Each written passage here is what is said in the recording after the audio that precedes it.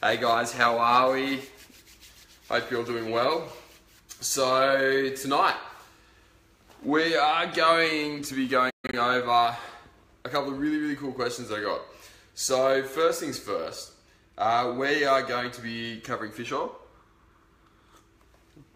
the benefits of it, the myths about it, what it does, what it doesn't do, all that sort of thing, and how people have used it wrong in the past. We're going to be going over a bit of gut health. Just keeping on that theme that I love pushing gut health because it's so integral to literally everything. And then we're also going to be going over gluten.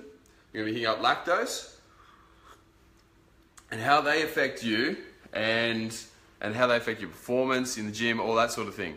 So it's going to be a really good Q&A. Now, if you do have anything that you want me to cover, comment it, okay? I've got my lappy here, so I'll be reading through your comments and I'll be putting them all through to the end, where we then go through and we answer, I go over all the questions which you guys have for me. Alright, so anything, completely open book here. Rightio, so I'm just going to go invite a couple of people on here, then we're going to hit it up. So yeah guys, if you have anything you want to ask me, just put it down below and we'll get it covered. Alright.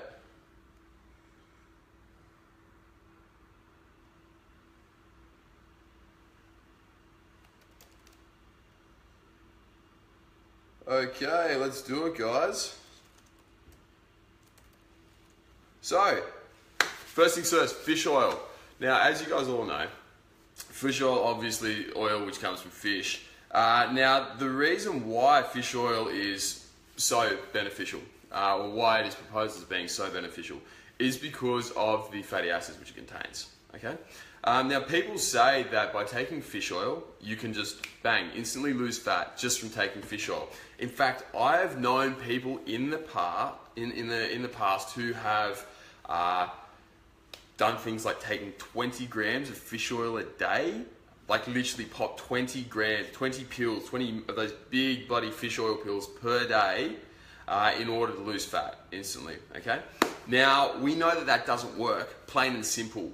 Like, it literally makes no difference if you get, say, 20 grams from fish oil or you get 20 grams of fat from any other source. Because in the end of the day, fish oil is just a fat. There's nothing magnificent about it. This can also be extended on towards other fats, such as like things like CLA. Now, the thing that fish oil does have, or the thing about fish oil that is essential, is that you do need a little bit of it. Because it does have some really solid benefits, which will massively help you. The fact that they have omega-3s, well, obviously very high in omega-3s, is a big one. It's a huge one. Because in our Western diet, in our current diet, we often have a very high omega-3 to omega-6 ratio. All right? And by taking a bit of fish oil, you can increase that. I noticed that taking fish oil actually improves my joints. So I feel a lot better on fish oil, and I do train a little bit better and a bit less injury prone when I'm in the gym, when I am taking fish oil. However, it's not the be all and end all. In fact, I've had periods of time where I haven't taken fish oil for like 6 months just because I couldn't be bothered to put those bloody huge pills down my gob every single day. And because, you know, obviously when I swallow them down, you get that burp up and that taste of fish oil. So there's a lot of stuff about it which kind of does suck at the same time. Now, with the research, what does it say? Fish oil does have benefits in terms of like your heart and whatnot.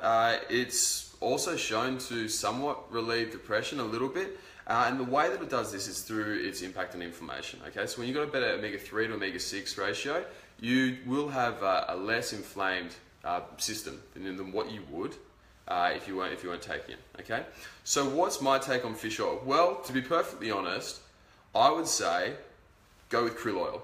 So krill oil is very much the same as fish oil. However, there are several benefits which it has. All right. So the number one thing is it's high in vitamin A.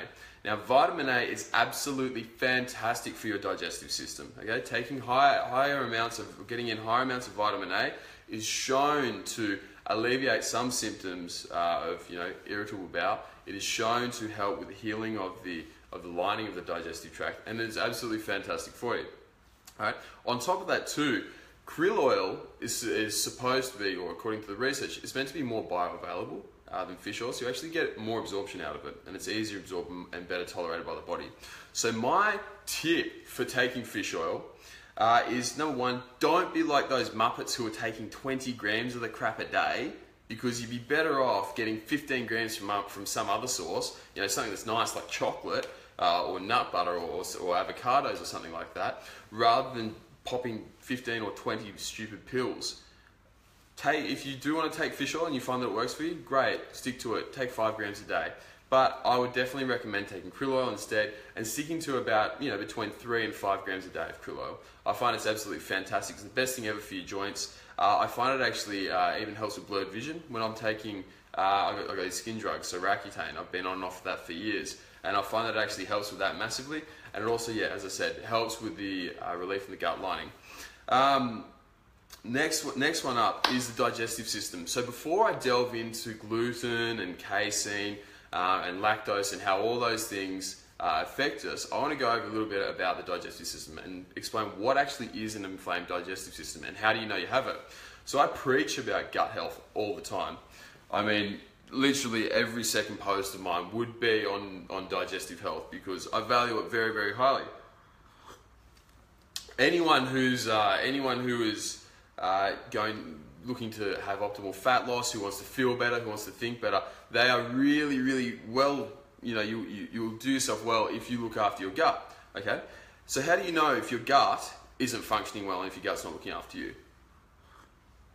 So the main thing you'll notice straight away, if your gut isn't healthy, you will develop a watery appearance across your midsection, right? So any one of you guys who has stubborn fat in the midsection and the hips, you will literally 100% of the time have a digestive issue, okay? That is your go-to. If you have rapid fat gain there, if you feel bloated, you feel tight and watery and you just can't budge it, then that is a gut issue and you need to look after that, okay? When you look after that gut issue, the fat, or the stuff that looks like fat and the water will dissipate from the area, okay? The next thing you'll notice is you'll start burping a lot, you'll start having a lot of gas, and you'll start feeling just tight and bloated in your stomach, okay? Also, if you've got runny stools or constipation, they're all the big signs of poor gut health, okay? Now, onto this. When you want to alleviate an inflamed digestive system or a digestive system that isn't functioning properly, the two main things that I recommend are as follows, all right? Number one, stop eating shit, okay? If it bloats you, it's shit. I had a talk with one of my athletes today, Callum, an Irish bloke. Now, Callum, formerly before training with me, he used to follow IFM, if it's macros, and he was wondering why, you know, he couldn't eat all these things that aren't going to bloat him, that are, you know, going to bloat him and do stuff like that. I'm like, Callum, the thing is, mate, when your digestive system is stressed, and when you do get bloated, you will not lose fat optimally, you will not gain muscle optimally, okay? Because your whole system gets inflamed, your cortisol goes up, your testosterone goes down, and your nutrient partitioning goes to shit, okay? So when you want to alleviate a stressed digestive system, all you need to do is you need to cut all the crap out. Anything that doesn't work for your system, anything that causes you to have any of these digestive symptoms, just cut it, stop eating it. You don't need it whatsoever, okay? Find another food source. Now, when I say something is bad for your digestive system, I don't mean clean or dirty foods. In my opinion, I couldn't give a shit if society deems a food clean or dirty, okay? So for example, people will say that, you know, French fries are a dirty food, they're a junk food, okay? And you shouldn't eat them. However, if I have a client who has, for example, a bloating gets bloated by cauliflower or broccoli, I would 100% rather that they have, you know, any day of the week, small amount of French fries or equal amount of calories from French fries as what they would from broccoli or cauliflower, okay? So you cannot have things which bloat you. Do not let what, you know, the mainstream media, what society has pushed as clean foods be mistaken as foods which are good for you, because foods which are good for you will vary between person to person, right? So if it bloats you, it is not a good food. It is a junk food. It is not something that is worthwhile you eating. Stick to stuff which you enjoy, which doesn't bloat you, which makes you feel good, and doesn't leave you feeling like crap afterwards, okay? Now, The second thing that you need to do is you need to relieve your stress. The digestive system is massively impacted by stress, all right? So as soon as you have a shit night's sleep, as soon as you have a stressful day at work or anything like that, as soon as any external stress on your life becomes overbearing, your digestive system begins to suffer. So what you need to do is you need to relieve that stress and get rid of it, all right? So you need to sleep more. You need to start doing things like meditation. As hippie as it sounds, I know. I thought, fuck, meditation's hippie. What am I going to be doing? Sitting there like, You don't need to do anything like that. You just need to get down, sit in a room, and just chill out for 10 minutes and get your thoughts to yourself, okay? Meditation is shown to massively boost your neurotransmitter production and alleviate stress at the same time, okay? It's really good for your gut. On top of that, taking a small amount of GABA every day can allow your digestive system to heal itself big time, all right? Now, moving forwards onto this, I got a really good question by a bloke called Jordan over Instagram. Now, he said, do people who aren't celiac have to worry about gluten? Okay, that's a really good point, because a lot of people, or a lot of the mainstream media, is saying that people who are gluten-free but aren't celiac are wasting their time and they're missing out on all these valuable nutrients. Now, what the mainstream media is saying is absolute bullshit, because gluten has no benefit whatsoever for you. You will not benefit from eating gluten ever. There is nothing in gluten or nothing in a gluten-containing food that you can't get in another food. Now, I'll tell you exactly why gluten is not good for you. The main thing, number one, is that it contains these proteins called gliadins, or it's a gliadin protein. And these proteins, they bind into the digestive tract and pry it apart.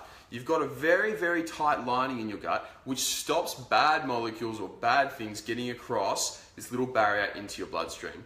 Yeah? Now, gluten pries it apart and it lets anything through, okay?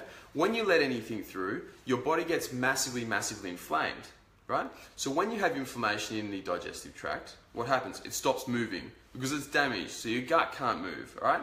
When your gut can't move, then food gets stuck in there, okay? When food gets stuck in there, you get an overgrowth of bacteria in places where bacteria shouldn't be. And when that happens, you get that watery appearance in your midsection, okay? You get increased fat gain, you get a poorer hormonal profile, you start getting poor neurotransmitter symptoms such as like sleeplessness, low motivation, lethargy, all those crap things, even stuff like brain fog, and you go through, all that leaky gut stuff, okay? So gluten really has no benefit whatsoever. The other side to it too is that even in people who aren't celiac or don't have an inflammatory response to it, the pesticide that is used on wheat is said to be really bad for your digestive, or not said to be, it is really bad for your digestive tract. And that is a new area of research which scientists are looking to now to see whether it's actually the pesticide which is causing the majority of these symptoms. Either way, don't fucking eat wheat. You don't need it. If you want anything with wheat in it, you can literally get it gluten-free. Just 2 months ago, I was hoffing down on a gluten-free donut. They've got gluten-free donuts now. They've got gluten-free pizza. They've got gluten-free pancakes. You can have literally anything gluten-free, anything you want. So cut gluten. There is no benefit to it whatsoever, and there are a shitload of downsides. You will ruin your gut, you'll ruin your hormones, and you will not perform as optimally as what you can. Okay, so that's my take on gluten. Don't do it, cut it. All right, lactose. The thing about lactose is that it is different in everyone. So a lot of people are not able to digest lactose well whatsoever, like at all. When they digest it, when they drink lactose, they'll get extremely bloated, they'll get really gassy, they'll start burping, and then they'll end up looking like crap for the next 3 days after, okay? Now, lactose is a sugar. So when it's a sugar, that means that it feeds gut bacteria. Now, if you have slightly off digestion, and your bacteria are in a little place where they shouldn't be, so slightly up the digestive tract in the small intestine, and you feed them with lactose, then it's only going to go downhill from there, okay? So if you are getting bloated after drinking milk, if you're burping, if you're getting gassy, or if your digestive system suffers whatsoever, then no, you should not be eating lactose or drinking lactose whatsoever. On top of that, I actually don't know a single person who can drink milk and be as good as what they can be if they didn't drink milk, okay? Much like gluten, There are so many substitutes to lactose that you don't need it. You got almond milk, you got rice milk, oat milk, you know, there's so many variations to it that you don't need it whatsoever. It does not serve you any benefit. Now, at the same time, when you have lactose, you have casein. So lactose is a sugar and casein is the protein found in milk products. Now, casein is the big killer for your gut. Lactose feeds the gut bacteria. It doesn't do too much to the gut lining, but casein, on the other hand, casein is really, really bad for your digestive lining. It does a similar effect to gluten in that it causes mass inflammation of the lining. It's very, very hard to digest because it just sits there. It's very difficult to be broken down, okay? I have not seen anybody benefit from taking casein. So a lot of bodybuilders will say, oh, casein's a slow digesting protein. I'm going to chug it before I go to bed and I'm going to stay anabolic all night. Sorry, bro, it doesn't work that way. Casein really, as we're seeing now in vast majority of people, there are exceptions, in the vast majority of people, it shows literally no benefit whatsoever, okay? So don't bother. In my general recommendation, there are exceptions, do not bother with casein because it's just not worth it for your gut. There are always exceptions to that, but I, in general, would not bother with it, okay? On that note, that's all that I've covered now for the fish oil, for the digestive portions, and going over gluten and lactose. I'm going to move on to the Q&As now, all right? So I've had a couple of Q&As come up. Let me check them. Now, John's asked, what's the best cycle for comp? Spin cycle, bro. And that's all I'll say on that one. But thank you for commenting. All the best. Now, questions from last week that I got. Should I consume carbs post-workout if I train both in the morning and night? Really, it doesn't matter when you consume your carbs terribly much for the general person. However, if you're looking to be absolutely optimal and you're looking to perform and train like one of my athletes would train or one of my guys would train, I always put your carbs post-workout, okay? And you can put them in either, to be perfectly honest, it varies. So people who want improved brain function, I actually recommend they put their carbs right towards the end of the day or right before bed. This is because you have a better sleep and you have steadier blood sugar levels through the day. It'd be 8 to 9 times out of 10, I would see people perform much better on carbs towards the end of the day.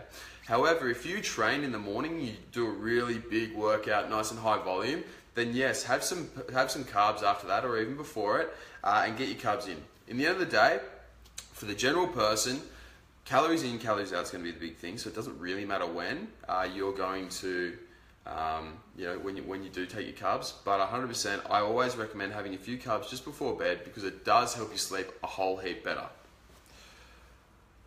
Now, another person's asked, why do I give my clients gummy bears post-workout? So, as all my clients will know, I'm a massive, massive fan of gummy bears, okay? Gummy bears post-workout are awesome for 3 main reasons. Number 1, they're fucking delicious. They're awesome. I don't know if you guys have ever had gummy bears, but they are absolutely mint, which is why I put them in post-workout for all my clients. Anyone who's ever trained with me will know that my workouts are pretty full on and you want to have something to look forward to after the workout. On that note as well, having the gummy bears and having that reward after the workout, which you know is something awesome, makes you actually work harder. So you know what's coming, you know you've got to get those gummy bears and you know you've got to work your ass off to get there. So I actually find that everybody trains harder if they've got a nice little thing right at the end of their workout, okay? On top of that too, gummy bears are really, really easy to digest, okay? They're high in gelatin, so all got gelatin in it, and gelatin is quite good for the healing of the gut lining, okay? Now, the reason why gelatin is good for the gut lining is because in it contains a whole heap of proteins, and one of which being collagen, okay? Now, collagen is what literally connects all the gut lining, right? Now, if you do take collagen, then you can actually help to heal the gut lining, or so it's said. Now, a lot of people go and take collagen proteins and say that it's if they have IBS or if they have digestive issues or anything like that, they're like, oh shit, I should be taking collagen to heal my gut lining, right? Now, I had this conversation with someone just the other day. In fact, it was Abdel at Squat Doc, who you've all seen me be live with and train with a lot. when you have a gut issue, taking collagen is not going to fix it, ever. The reason is because you are not deficient in collagen. That is not the reason why you have a gut issue in the first place, okay? So anyone out there who has a digestive issue or thinks that, you know, they're bloating or they're gas or their irregular bowel movements are going to be fixed by taking collagen, you're kidding yourself. It's not going to happen whatsoever. I actually don't even bother too much with taking collagen supplements with any of the guys who I work with IBS. It's because it doesn't do anything. You need to find the root cause in order to fix your gut issue. Just putting a bit of collagen in there isn't going to fix anything. You're not collagen deficient. I can tell you right now, you are not collagen deficient. So taking extra collagen isn't going to help it whatsoever. What you need to do is you need to find the cause, reduce the stress, reduce the bad food, and then let your body heal itself. That's how you'll get better. Now, someone asked about tanning injections such as melanotan and peptides such as that. Now, tanning injections, look, in my opinion, it depends what you're using it for. Okay, I can't remember why the original use was. I'm pretty sure it was actually originally developed as an erectile dysfunction drug, and it turned out people started getting really black. But I'm pretty sure that the more recent versions of the melanotan, like the melanotan 2, that was actually designed to help people who to not get as burnt in the sun. Now, if that's why you're taking it, yeah, sure, go for it. But to be perfectly honest, I'm not sure if I'd be guinea pigging it. I'd probably be waiting for, you know, a few more studies to come out to see if there are any long-term effects. At the moment, we don't know that there are any long-term effects on it whatsoever. Now, looking into melanotan 2 as well, it actually has some really cool properties. So obviously it makes you tanned. Obviously it increases your sex drive and your libido. And then on top of that too, it actually breaks off into a peptide called lipotropin. So melanotan 2 is actually really, really good for fat loss as well at the same time. The best part about it, it's also available you can use it in natural bodybuilding competitions too, so hint, hint. But yeah, melanotan 2 is actually fantastic for fat loss. And this is in two folds, because when you take melanotan 2, obviously, you've got the extra amount of lipotropin in there, which is increasing fat breakdown. And this may lead to increased fat loss if you, like, compared to if you didn't take it. But the other thing, which a lot of people forget about, is that when you start taking melanotan, when anyone takes melanotan, they have to go out in the sun. So you have to go out in the sun in order to get tanned. Now, when you're in the sun, you're spending more time in the sun, you actually lose fat. You actually get leaner. You actually look leaner. You lose water. So it has a two-pronged effect. Number one, you have that extra lipotropin, and then at the same time, you're spending more time in the sun, so you're healthier, you're getting more vitamin D, you're feeling a lot better, you're a lot more happy, you've got improved sleep, you've got better melatonin, better serotonin, everything. So everything improves, all right? So there are two ends to that, and I think, look, if there are no side effects to it, then yeah, definitely go for it. It's a good drug. But at the moment, we can't really guarantee that there are no side effects. So it's really at your risk. Now, somebody else has asked, what are my thoughts on clenbuterol? Look, I think clenbuterol is fantastic if you want to go to an early grave. I mean, it's absolutely fucking great if you don't want to live too long. I mean, left ventricular hypertrophy is a really good way to kill yourself. Now, for those of you who don't know, clenbuterol is like a fat-burning drug. So people take it in order to shred lots and lots of fat really, really quickly. And the best part about Clen is that, yeah, it makes your heart really big and really thick. And when you have a really big and really thick heart, that means that it pumps extra hard, and it also means that it's very, very prone to heart disease, okay? So you can either cheat and take a shortcut by using Clen and run the risk of having a bung heart for the rest of your life, or you could perhaps diet a little harder, do a bit more cardio, train an extra session of weights. Diet a bit smarter and not use Clen. Your call. Your call. I know what I'd choose, and certainly I'd fucking rather live a lot longer. I'm not going to be bodybuilding for the rest of my life. I want to live till I'm at least 150. So there's no fucking way you'll find me taking clenbuterol. No way in hell. Alright? That's my summary. Now, someone asked, what is the best protein to buy? Look, with proteins, it's much of a muchness. I use Subito because I digest it really well. There are very few proteins which I digest well. Subitos are easily digestible for me. It's fantastic. I use it. Other than that, whatever. In the end of the day, protein is not going to be a game changer for you. taking whey protein is an easy way for you to get extra protein into your diet. Right? A lot of people struggle to eat protein. A lot of people struggle to digest it and break it down. Taking whey protein, drinking it down in the shake is just a super easy way to do it, and it's super convenient. Right? So it's not a game changer. I wouldn't worry too much about that. Find which one is going to improve your digestion or not negatively affect your digestion. If you can digest anything, you don't burp, don't get gassy, don't get bloated, it's fine. Go with it, whatever. Some people can't tolerate whey whatsoever, and if you're one of these people, then what I suggest you do is take pea or rice protein in order to get your protein intake up. Now, someone else asked a really cool question, and this is, will deadlifts and squats widen your waist? So with bodybuilders and anybody who just wants to look good, what you want to have is nice broad shoulders and a tiny little waist, okay? That's why you see all these dickheads wearing waist trainers and things like that, and like these corset things, thinking that they're going to shrink their waist. Too bad that your ribs and your hips are bone. You can't shrink that, you idiots. But anyway, so will deadlifts and squats widen the waist? I'll tell you right now, I've done 2 preps, one after the other, okay? And in one prep, I had decent enough knees, and then right towards the end of that prep, I dislocated my knee. I couldn't put it back in, and so I couldn't squat and deadlift for the rest of the rest of the prep, and then for about 6 months after. Okay, so in the next prep, I actually didn't do any or not very many squats or deadlifts. I can tell you right now that my waist was actually far tighter, about 2 inches tighter, when I did fewer squats and deadlifts. Okay, so that's what I've seen. However, at the same time, in the second show, my lower back was nowhere near as big. I was nowhere near as hard. I was nowhere near as full as what I was in the first show. Right? So my opinion on it, to be perfectly honest, I think squats have more of an effect on the waist than what deadlifts do. If you are looking to compete in a show, well, if you like squats and deadlifts, and you know, if you need to show your legs, then yeah, you got to be doing squats and deadlifts. If you don't need to show your legs, maybe not run the risk. If you just want to look good and look awesome all year round, then fucking squat and deadlift. I can tell you right now, I grow a shitload more when I squat and deadlift than when I don't. Just period, all over, always more. I know that all my clients will grow a shitload more when I squat and deadlift. That's why my clients are deadlifting up to 6 times a week. That's why they grow so much too, because they're not afraid to lift heavy. So yeah, I would 100% recommend squatting and deadlifting.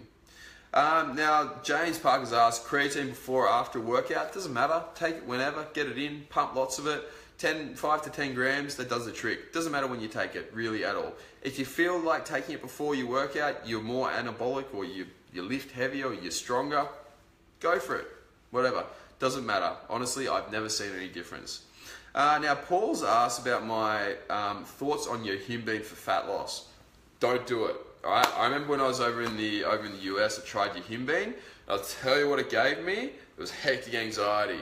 Nothing good. Hectic anxiety and a bad digestive system. Not worth it whatsoever. Yohimbine isn't really shown to improve fat loss anywhere beyond the norm. So, once again, in the same boat as clenbuterol, just diet harder, just diet smarter, just train smarter. You know, you don't have to take supplements in order to get an edge on these things like that, because you guys are all more than capable of, you know, absolutely acing your shreds and your bulks and staying lean without doing any of this stuff. Now, Sam Hargraves has asked, how much steroids should I take for a first timer?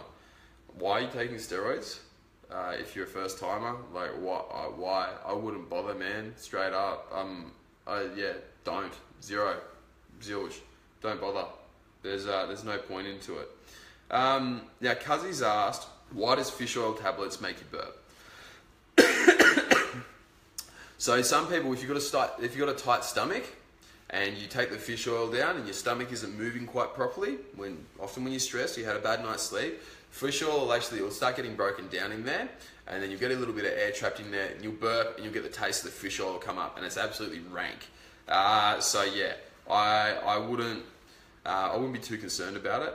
But yeah, that's why fish oil makes you burp. All right, I think we've just about nailed all the questions there. If there are any coming through now, put them through, put your questions through, and I'll cover it. I'm just going to have a sip of my tea. Wait for you to come through. A good sesh, guys. Thank you very much for joining me.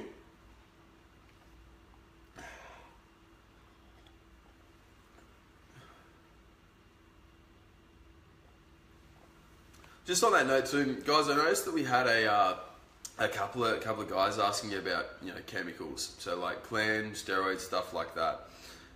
In my opinion, like, why would you use something like that if you're not a top level bodybuilder? And in fact, I don't know, I just don't understand that. Testosterone replacement therapy, yeah, definitely, but like anything else just to look better for Saturday night, I think really, what are you doing? You shouldn't be asking, you know, somebody on a live Q&A about that. Like, if you're serious, you'll probably be able to find a good steroid coach somewhere, someone who knows a lot about that.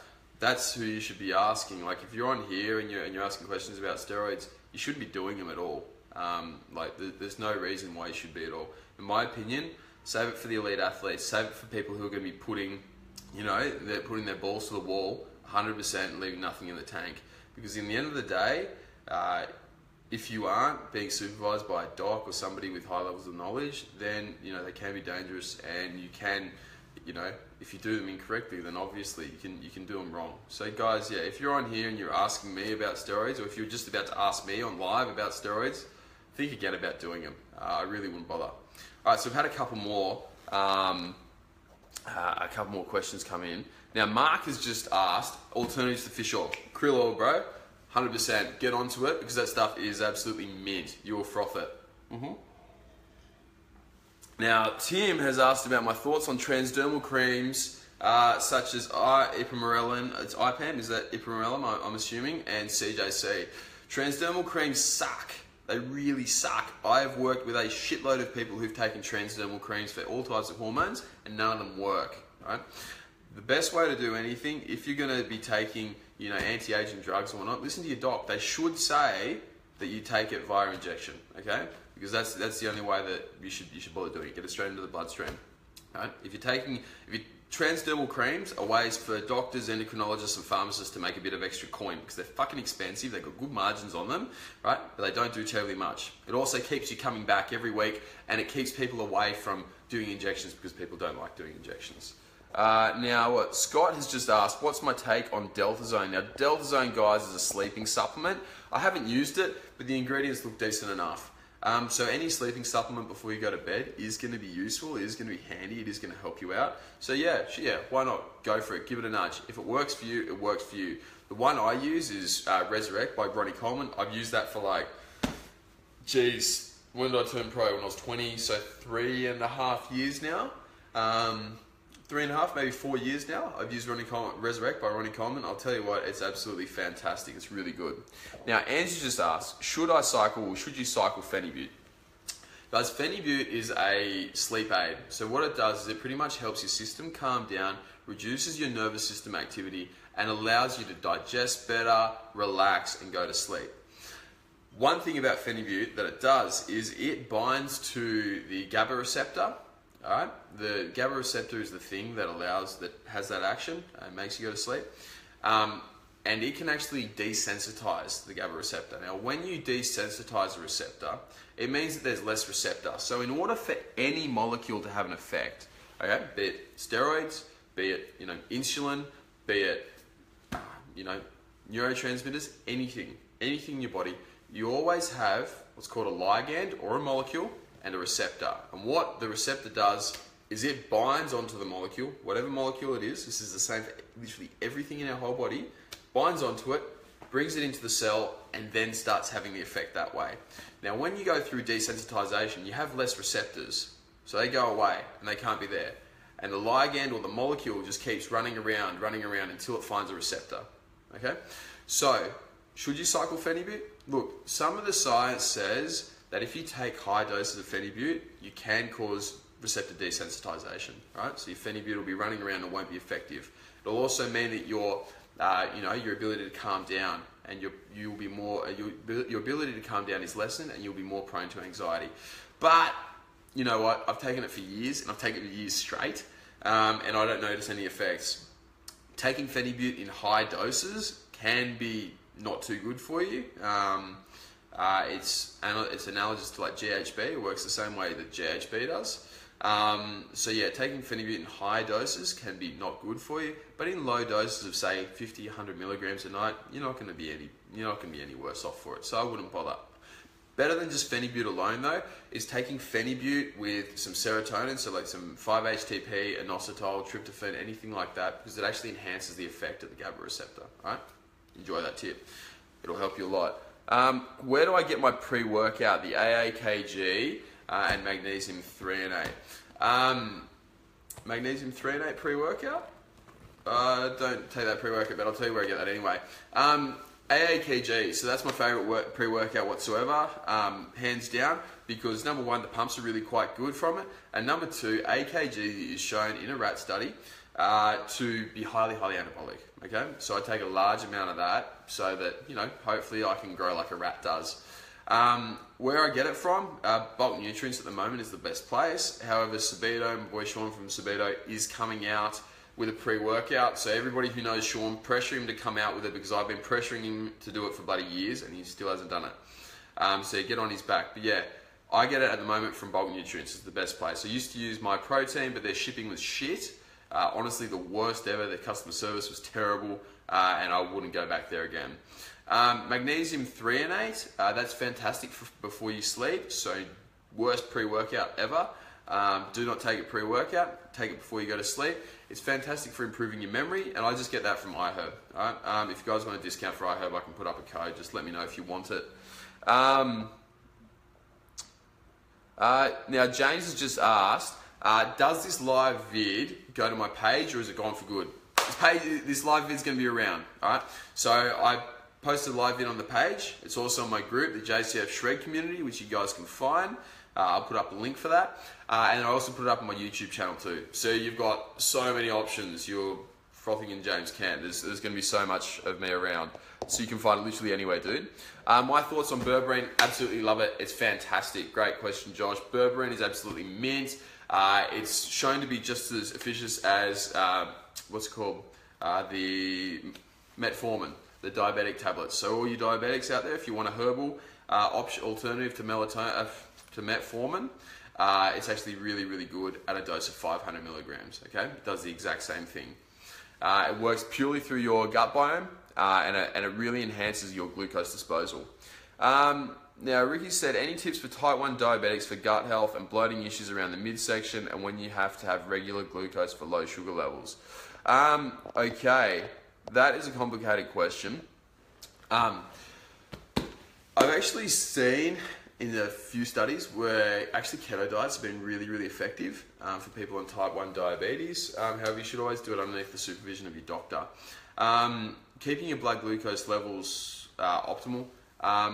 Obviously, you need to work out the ratio for you, because everybody's different of how much insulin to glucose you need.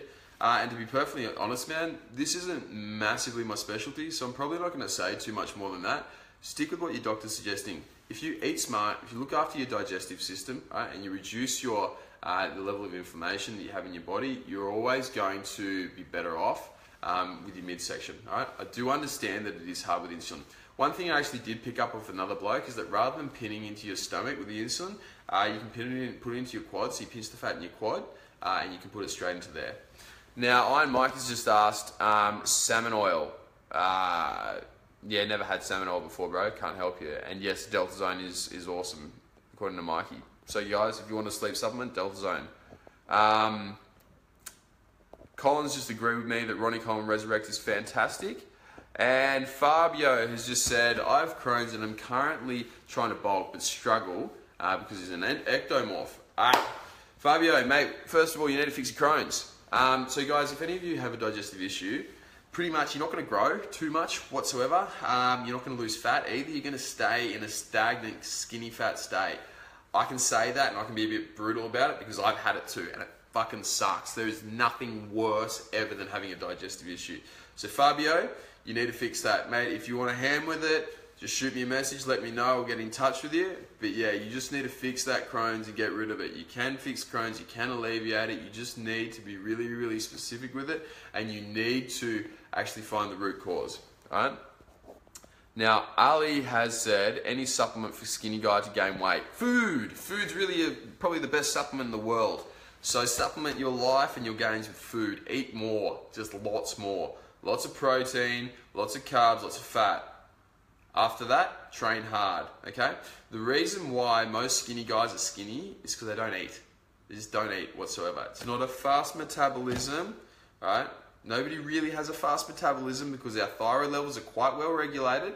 Yeah, so don't worry about a fast metabolism, just fucking eat. You're skinny, people are skinny. I was skinny too, and I was skinny because I didn't eat, right? I started chugging like, what was it, 72 Wheat Bix every 2 days, so 36 Wheat Bix a day in order to grow, okay? 36 Wheat Bix and what did I have? Like 6 eggs a day and half a loaf of bread and then 2 liters of milk each night, just because I thought that was when I was like 15, 16, because I thought that was how I was going to grow. And I did grow, not optimally, that's for sure, but I did grow. You just need to eat, dude. Now Collins just asked me again, where did I get my AKG from? Just get it from Bog Nutrients. Alright guys, I'm absolutely cooked. So yeah, I'm going to call it a night for that. Thank you very much, all of you, for sticking around. It's really, really cool to have you all online. If you need anything, you want me to cover anything whatsoever, just leave a comment, alright? I'm going to be doing these like really regularly, super regularly, and we're going to be making sure that all of you guys are anabolic as fuck, getting lean, and you know, you're at optimal health. I'll do absolutely anything I can to make sure that you guys got the information to do so. If you do want to work with me, you do want to train me, just leave a comment below. My team and I will get in touch with you and we'll get you sorted and we'll make you get some gains. Alright? Enjoy, guys.